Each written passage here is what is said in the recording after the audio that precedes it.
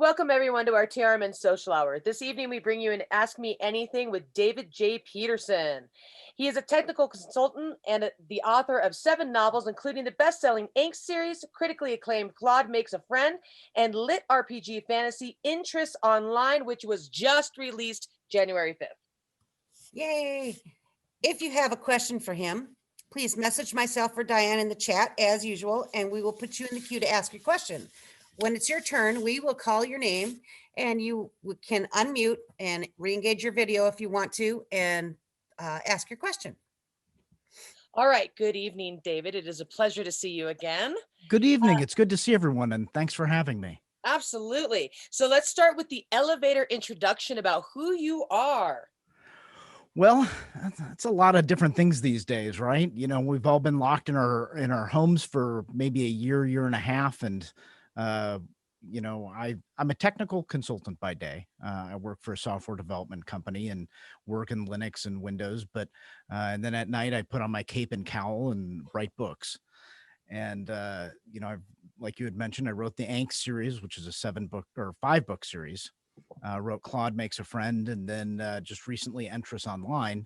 But then I've started making YouTube videos and remodeling my house so I can have a nice place to hide when I'm in my basement. And I've been busy. It's been a busy year.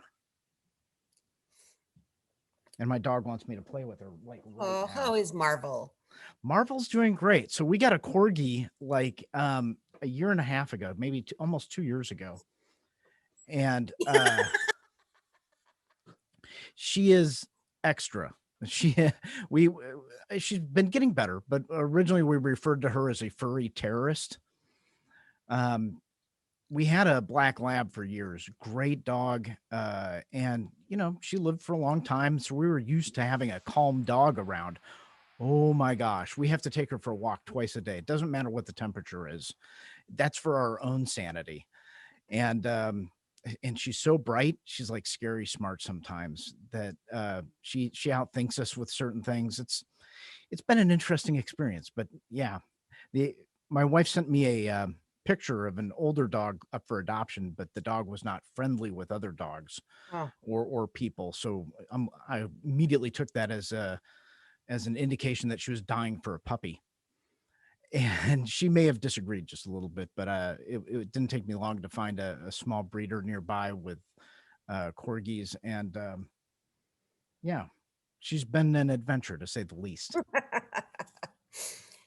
So what was your first inspiration, the first thing that made you decide to pick up the pen? And was that when you realized writing was your vocation, or was there another impetus for that?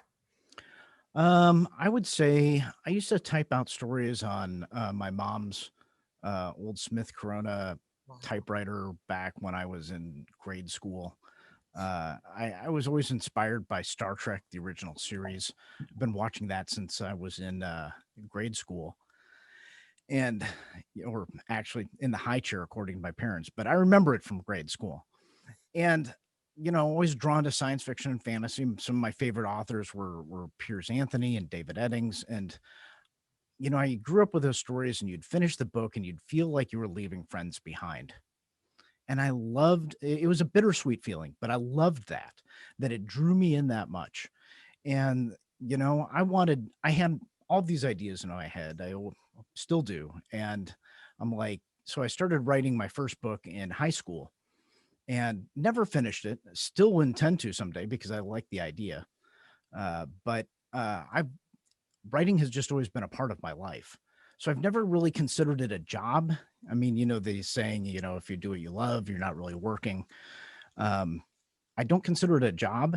It's just a part of who I am and what I do. It's been an interesting adventure.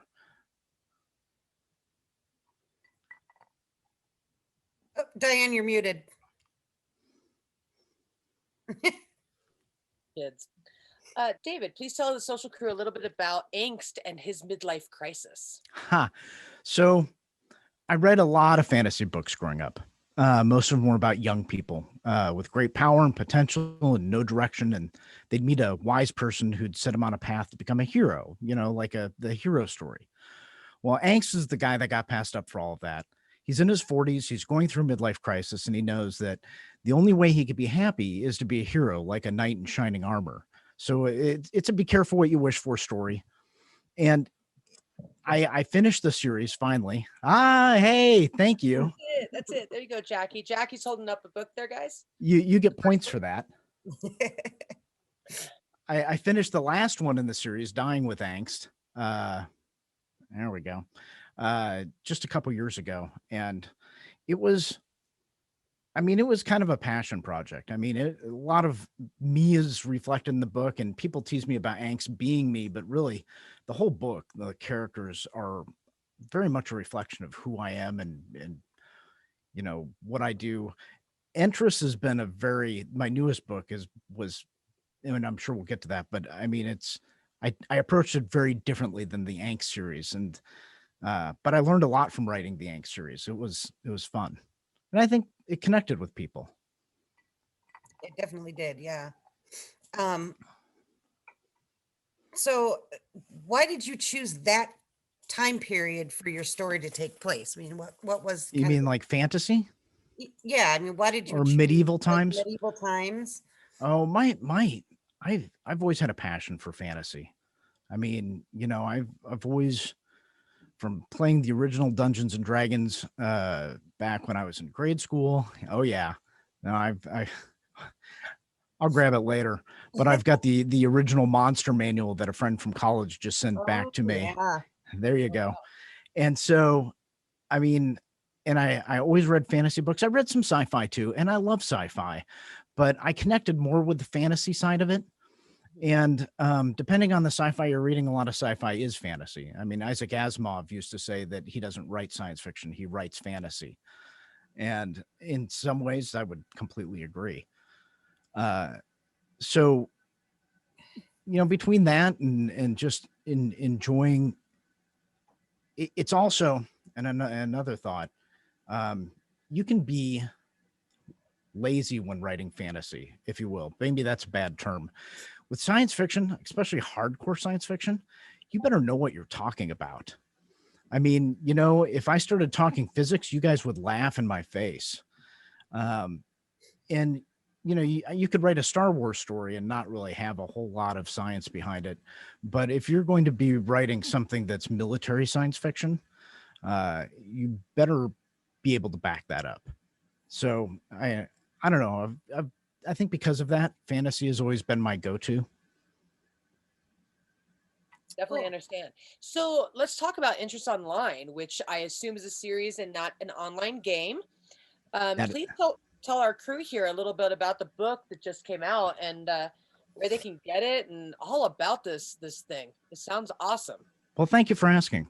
So Interest Online is a little bit different than Angst, or definitely different than Claude Makes a Friend. So I don't know how many of you've seen the movie Ready Player One or Jumanji. There's a movie coming out with Ryan Reynolds called Free Guy. And all of that one looks kind of fun to me. And all of those fall under the category of what you would call a game lit, which is when the story takes place in a game universe. So not all of it does. Some of it takes place in the real world, and some of it takes place in this case, in this virtual world. Well, Interest Online is like that too, where it's, in a way, it's a portal fantasy where, you're in one world and you go through a portal to another world. In this case, that portal happens to be virtual reality. And the virtual reality and since it takes place usually in the future, the virtual reality is realistic enough that you can't tell the difference between our world and that world. And so Interest Online is a near future story that is game lit, or LitRPG, which stands for literary role-playing game. And that means that there are some more gaming elements like statistics, how much health and mana do you have? Kind of like if you've ever played World of Warcraft or EverQuest or Guild Wars. You don't have to know gaming or be that familiar with it to enjoy the book. But if you do enjoy gaming, you'll enjoy LitRPG because you not only get like a traditional hero story, You also get the adventure of leveling a character. So, but about Interest itself, it starts out where the main character, his name is Ian.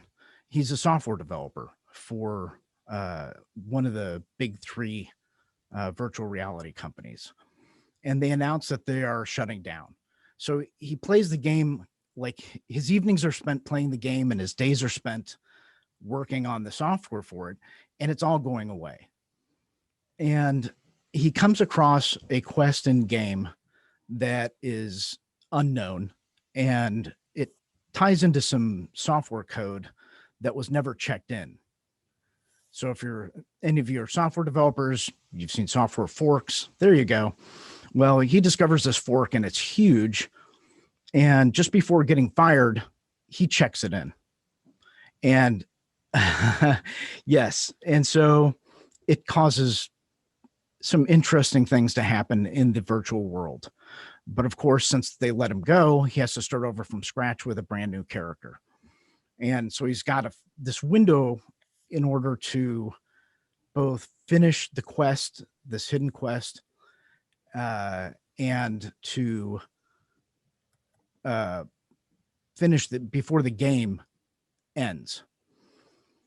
There's a lot going on, but it's a much easier read, I think, than the way I'm explaining it.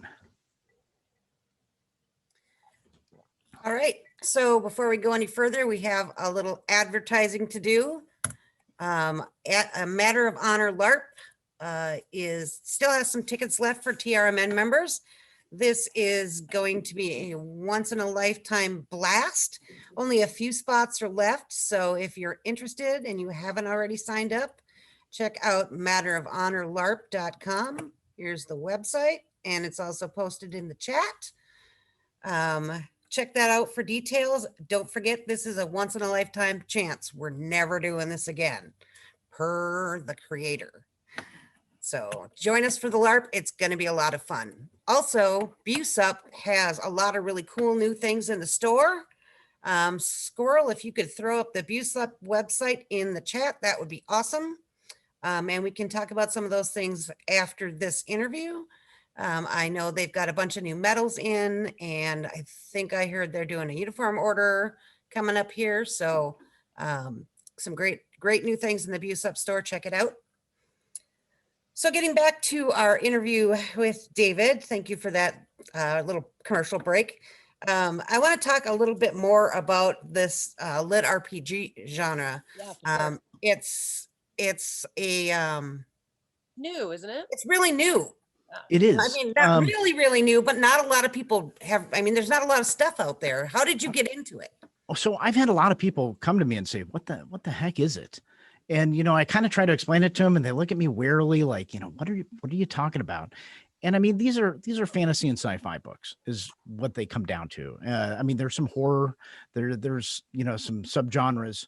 But the main difference is that they take, like I've said, they take place in a game world or a game universe, and they can get as hardcore as you want. There are some of the books out there. I mean, there are numbers that are crunched. They call them crunchy books.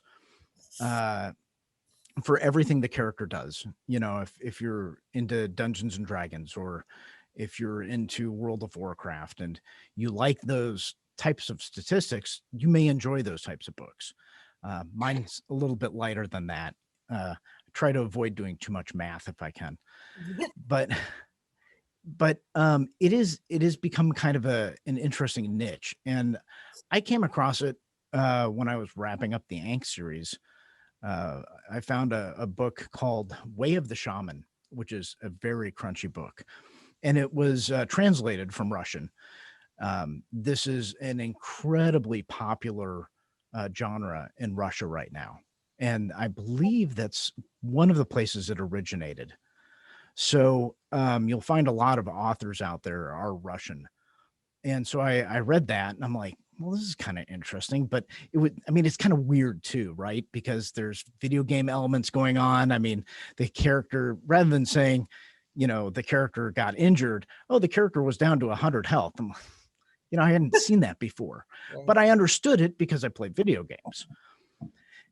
And so I went on to read, what was the next one? I read The Land, and Alaron Kong, I think is the author's name. And he's a very popular LitRPG author. Then I went on to read Awaken Online, which is one of my favorites. And it's similar to mine, that you've got the virtual world and the real world, and you use some sort of equipment to get to the virtual world. But his is a coming of age story. And I enjoyed it. I enjoyed it quite a bit. Hey, it's my wife. She says hi to everybody. Hi. So I've been reading the books, and it's some things I liked about it is it was very grassroots. You had a community that was incredibly supportive of new authors, both young and old, and always willing to try something new. Some of them can be very hypercritical if it's not enough of a gaming experience. But at the same time, most of them just want a good story. And after giving it some thought, I'm like, I've got an idea that's a little bit unique that may help contribute to this genre. And so I came up with an idea, and the idea isn't just this book. So you had asked that about, if this is going to be a series, and it is, but the second book isn't going to be Entrance Online 2. So the series is called Watson's Worlds. And so there are multiple virtual worlds that things can happen in. And how those worlds come about and how they tie together is going to be the more unique aspect of this story. That's really cool. I'm really interested in this because I'm a gamer. So I was excited. I was excited when the book came out, and I'm like, I gotta read it. It's on my list. I'll get to it. Yeah, it sounds really fun, especially for folks that have definitely done a lot of gaming and folks who have not. So Right. this I think it's a good entry book for getting introduced to the lit RPG genre. Because like I say, there are definitely books out there that are a lot more hardcore with the numbers than mine are. But it'll give you an idea of what it is that's out there. And it is, I wouldn't say fractured, but it's the subgenres are split up almost like infinitely underneath that game lit umbrella of a genre, because you've got all sorts of different types of stories that go off on tangents. It's just like conventions. You've got really big conventions, and then you've got smaller conventions, and then even smaller conventions, they get more niche. Well, the stories under game lit and lit RPG are the same way. Oh, Cool. interesting. So in your opinion, do you think that this could be a new genre that's going to take off as it builds? Oh, absolutely. I think that what you're finding is that it's attracting more writers, and it's also attracting more, I don't want to knock anybody, but more professional efforts being made towards making the books. Some of the early books I read, you can tell that they hadn't worked with an editor, and they weren't sure about the writing process. They just threw something on paper, some great ideas, and then published it. And so you'll see a lot of reviews for those younger books where people will be like, love this story, but oh my God, you use Grammarly at least. And Looks like that. yeah, I have to use an editor. I as Drew knows and Cindy knows, it takes a village to make my books good. Yep. So we're going to move on to your video blog on YouTube. It's called Believe in Your Story. Oh, tell us all about this.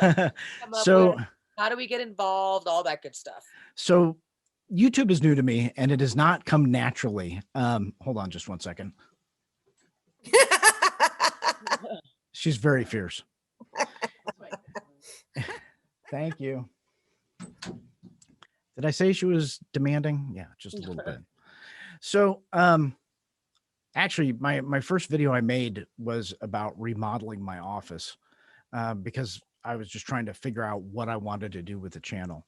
And I'd been spending so much time down here, both days, working my as a technical consultant, and then at night writing books. And I'm like, I've got to clean this place up, because I had old nasty wallpaper and, the mishmash of bookshelves, and you can kind of get an idea of what I did here.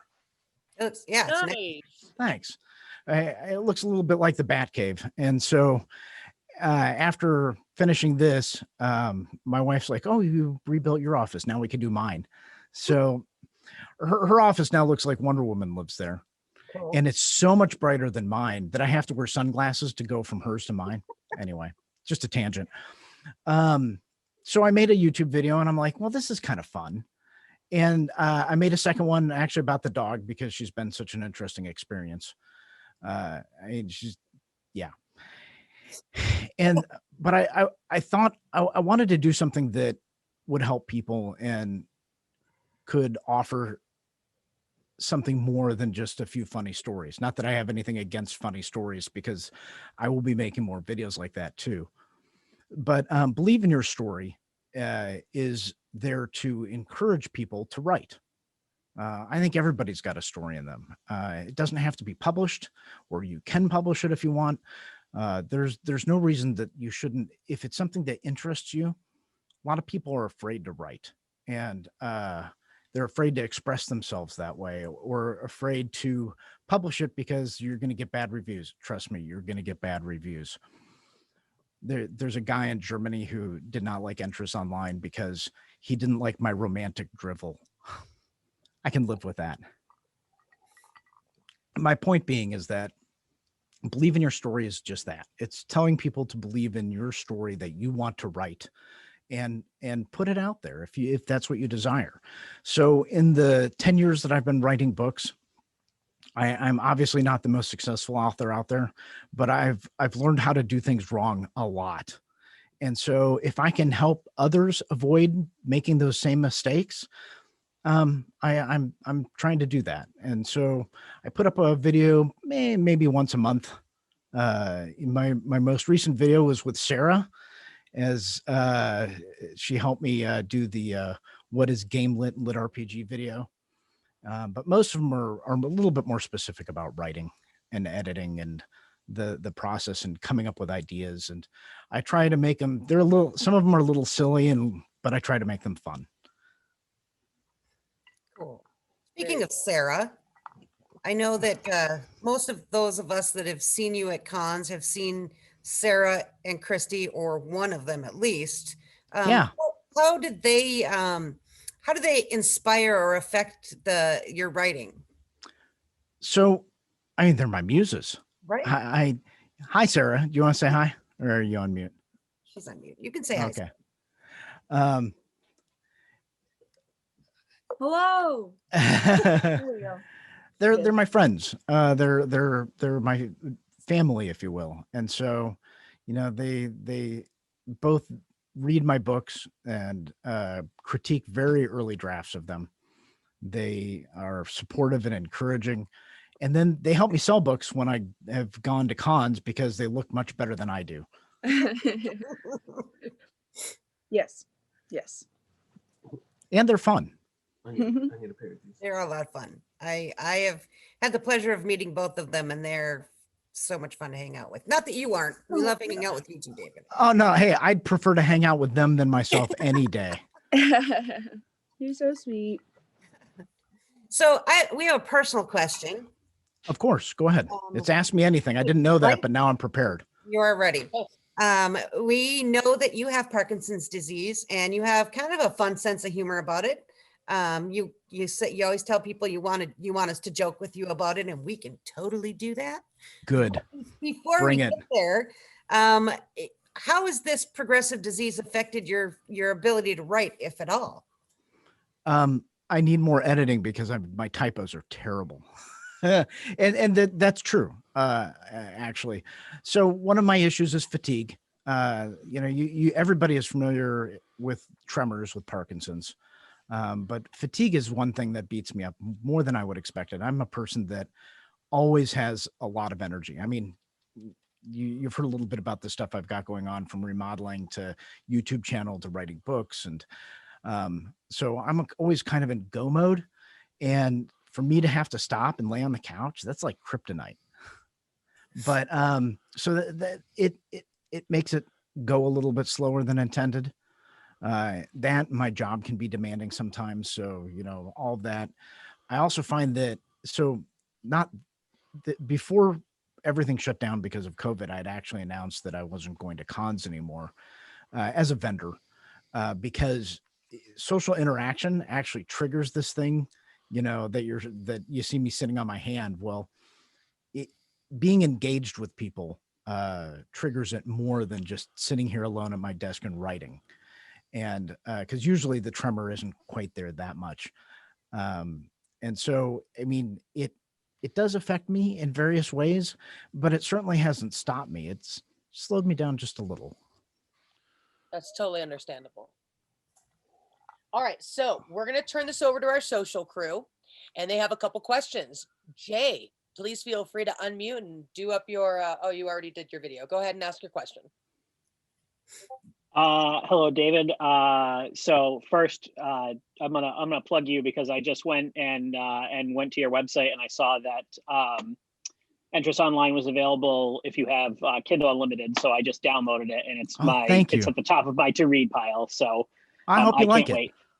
I hope I mean, you're a gamer, so I'm not gonna hate it. So. And my question is actually about gaming. I'm going to ask you the question that people love to hate. Tell me about your character. All right. So you mean the character in the book or the character my gaming? Your choice. Your choice. Well, I'll talk a little bit about gaming itself. So I grew up playing Unreal Tournament. First person shooters was always my go-to. And got into World of Warcraft from vanilla. I used to raid vanilla pretty heavily until I had full tier 1 and tier 2 on my shaman, and really enjoyed it. It was also a time sink. So, I wasn't writing a lot of books when I was gaming, and I've played other MMOs. I would say World of Warcraft is the one that I sunk the most time into. The Parkinsons doesn't help much with that. And it's actually kind of funny in a frustrating way because when I get engaged, the tremors kick in a little bit, and there's nothing better than fighting a mob and misclicking and turning around to turn away from them because your hand is hitting the wrong button. So yeah, I don't do first person shooters anymore, unfortunately, which I really miss that. I could go for some Halo right now, but lately we've been playing Heroes of the Storm, which is pretty low key. We just play against bots, and I say we, a couple buddies of mine and I who I've been gaming with since, heck, one of them I've known since second grade. So we're old. But the other thing I've gotten into, and I don't know if you can see him hanging on the wall, but it's virtual reality, which kind of ties into my book. Started out with an Oculus and was surprised at how immersive it is. I don't know if raise your hands if you've tried virtual reality. So we've got a handful, about half. And I was surprised that there were some games that I really liked. I mean, even something simple as Beat Saber, where you're, hitting blocks with lightsabers to music. And so I went ahead and got a Valve Index, if you're familiar. And it's a little bit more, it's more expensive and has better quality graphics and all that. It's the virtual reality headset put out by Steam. And so for about 6 months, I just want everybody to know you're safe because we killed a lot of zombies.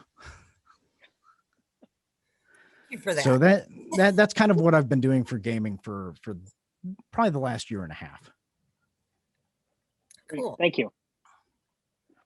Very cool. So we have another question from one of our viewers, Dame Trouble. You can go ahead and unmute and ask your question. Hi, David. I Hi. was curious that I keep hearing, I got it on Kindle. I don't do Kindle. Is this stuff available in print? Absolutely. So Awesome. you can, and thank you for asking. That's actually great. I appreciate that. So you can buy it from Amazon or Barnes and Noble, or have it special ordered from a local bookstore. It's available in print and hardcover. You can go, if you're on Facebook, you could go to my Facebook page and order signed copies, or on my website and order signed copies. And so I've tried to make it broadly available. It is unlikely that anyone's going to be stocking it, but you can have it special ordered if you go to like a bookstore, Or if I go to your website. or if you go to my website. Yeah. Right. Okay. We do have I did put a link to his Amazon page in the announcement on the TRN page. So you can find it's the Yeah, last well, link. So on the Facebook page. I prefer to stay away from Amazon. Okay, well then there are also links on that announcement to all of his websites. So Okay, yeah, that works. Thank you. So as an indie writer, I mean, I understand why you would stay away from Amazon, and but at the same time, they have like 80% of the market. So Yeah, it's called the 800-pound gorilla. it really is. Yeah, I mean, I actually recently moved all my websites to Amazon Web Services. I'm like, I keep finding myself more and more getting sucked in by this behemoth, but at the same time, it saved me a lot of money. So what do you do? and we have another question from Alex Schaefer. Captain Schaefer. Thank you. So my question is, do you have any advice for someone who wants to be a writer and at this point potentially going in to game lit as the genre? Any advice and pitfalls you recognize from your experiences? Yeah, a lot. First of all, check out my YouTube channel, because some of this is going to be repeated from there. And I'm not plugging it because I don't make any money doing it. It's just to help. But I think that, the most obvious thing, and, you can slap me later for saying this, is to sit down and write. It's the most important thing you can do. You'll never write a book if you don't sit and write the book. I mean, that seems obvious, but you can let a lot of things hang over you. Like, is it going to be good? Is it going to be what people want? Is it going to shut up? Write the book. It can be fixed later. Write a really, really bad book, and then go write another one if you have to get it right, or rewrite that one until you do get it right. Share it with friends who are kind and will be encouraging, and then share it with friends who are less encouraging, will be more critical, because if you're planning on publishing it, you're going to share it anyway. So you're going to have to build a thick skin. Not everyone's going to like what you do. It's just the nature of the beast. And then go hire an editor, because you can't edit your own work. I mean, that's like the very high level overview. The other thing you should do is read a lot of books, especially if game lit or LitRPG. I'm looking down, staring at his name, and I don't see anything on the camera, but my net has been bad, so I'm on the computer that has good net with no camera. No worries at all. I just feel silly staring at your name, and everyone's like, what is he looking at? Coming from a long way away, Captain Schaefer's in Hawaii. Oh, I'm jealous. Yeah, except for the wind last week. That was not too fun, considering it was banging the glass around. Yeah. It happens. Read a lot of books in the genre. But don't get hung up on too much on what people want. I'd highly recommend staying away from Reddit. Oh yeah. I mean, Reddit is a nice tool and it's a great way to communicate, but at the same time, you'll find that there are a lot of readers that are ultra critical, looking for very nichey things. And go with your gut, come up with your own story, and own it, and create it, and flesh it out as best you can. And then, like I say, share it with others to get it beat up a little bit, and then share it with somebody like my editor. I don't know her at all. We've been working together for about 7 years. And so when she comes back with her critiques, both grammatically and story-wise, she can be brutal sometimes, and you need that eventually. So does that help? Yeah, it does. I was semi-planning to try my hand at it, so. Do it. I mean, what's the worst that can happen? people hate it, you'll still wake up in the morning. Or maybe you'll find some people who like it. Not everybody loved my Angst books, but the people who did like them generally really like them, and it's meant something to them. To me, that's worth it. That's awesome. Thank you so much for answering that. Cindy Van Y, you have a question. Please unmute and go ahead. Did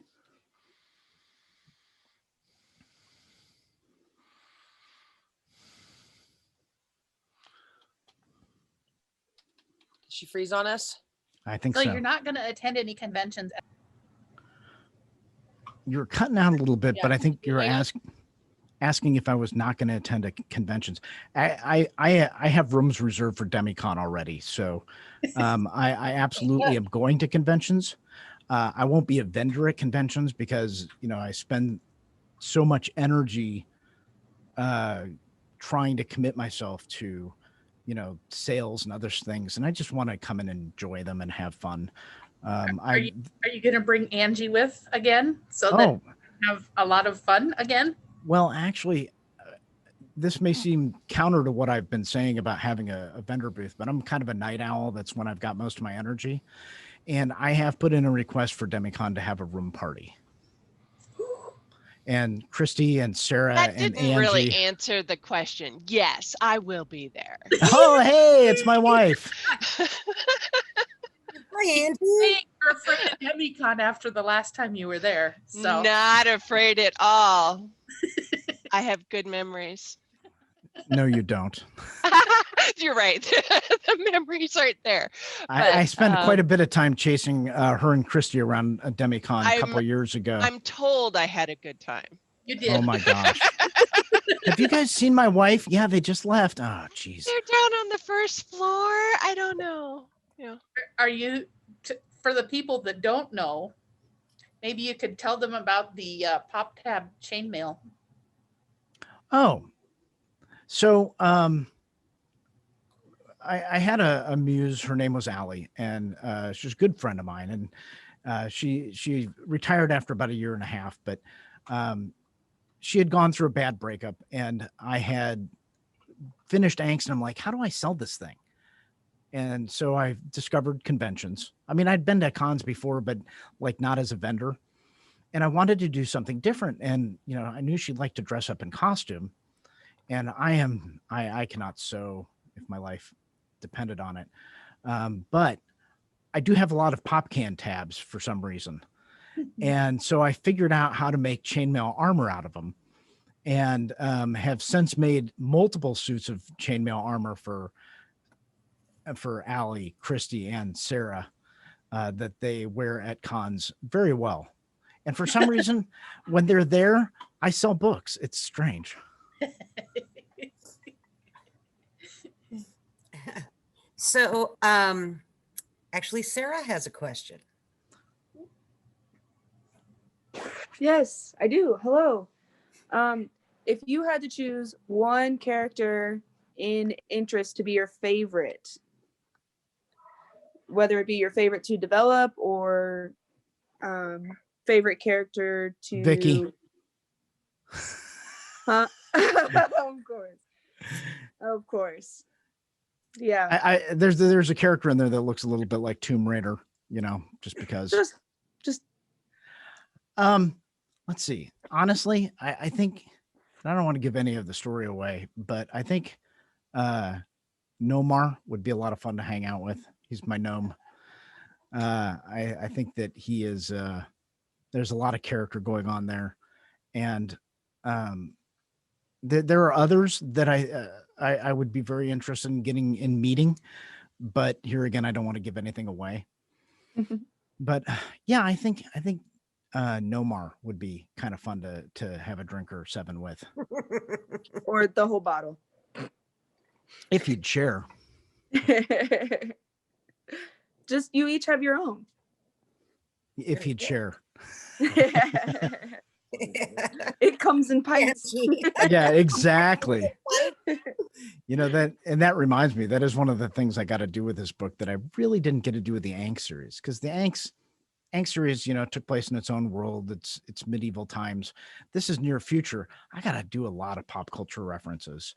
If you've read the Angst books, I always snuck one in, like under the wire. It was on the lowdown for, there were Star Wars references and Star Trek references, but they're really obscure. You'd have to like really dig for them to find them. It was fun digging for them. Yeah, thank you. Thanks. Well, this one, they're a little bit more straightforward, and there are plenty. And I just enjoyed doing that so much. And trying to find the balance from including pop culture references and overdoing them was kind of a fun challenge too.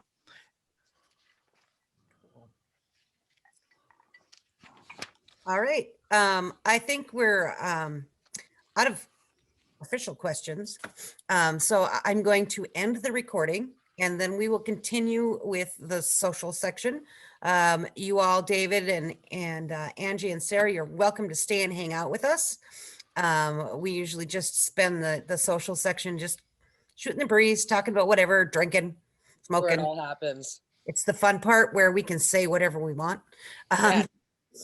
And it's not recorded. So I'm going to end the recording now. David, thank you so much for being here. Sarah, thank you for joining us as well. And you too, Angie. Thank you so much, We're guys. really happy that you joined us. Thank you so much for having me. It's been a pleasure. It's good to see everybody. It's nice to see faces. Yeah. So it's fun for us too. We don't get to see you at cons because we don't get to see anybody at cons right now. So it's nice to kind of have some of our favorite folks come in and spend some time with us and hang out. So thank you so much for being here. Thank you. Yay.